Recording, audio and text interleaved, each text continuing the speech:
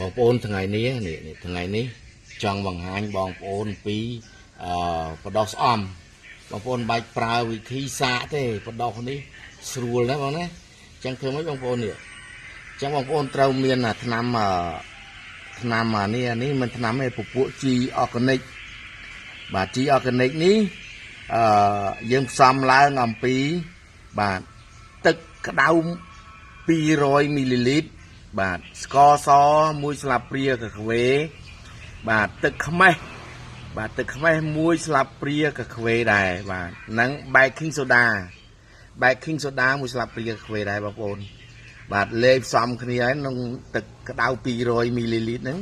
ហើយផ្អាប់វា24ម៉ោងបងប្អូនអាចប្រើបានអញ្ចឹងបងប្អូនយកទៅលាយទឹកនេះបាទប៉ុណ្ណឹងបងប្អូនលាយទឹកនេះបាទលាយទឹក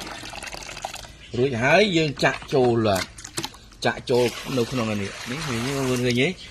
បាទក្នុងរយៈពេលយើងត្រាំវាក្នុងរយៈពេល15នាទីបាទ15នាទីហើយបងប្អូនធ្វើម៉េចទៀតបងណាបាទគឺរយៈពេល15នាទីបងប្អូនដោតតែម្ដងបាទដោតទៅទុកប្រហែលជាមួយខែបាទវិធីនេះងាយបងប្អូនណាបាទហើយយើងដោតវាទៅបាទបងប្អូននេះដោតនេះដោតនេះហើយដាក់មកលុបទៅបងប្អូនស្រោចទឹករាល់ថ្ងៃបើបងប្អូនបានស្រោចមួយថ្ងៃ2ដងល្អនេះអញ្ចឹងណាបាទអញ្ចឹងបាទហើយដាក់មកលុបទៅស្រោចទឹកទៅគឺរយៈពេលតែមួយខែអីដោះបានប្រហែលជា2 3ទឹកបងប្អូនអាចដាំបានហើយបាទអញ្ចឹងណាបាទ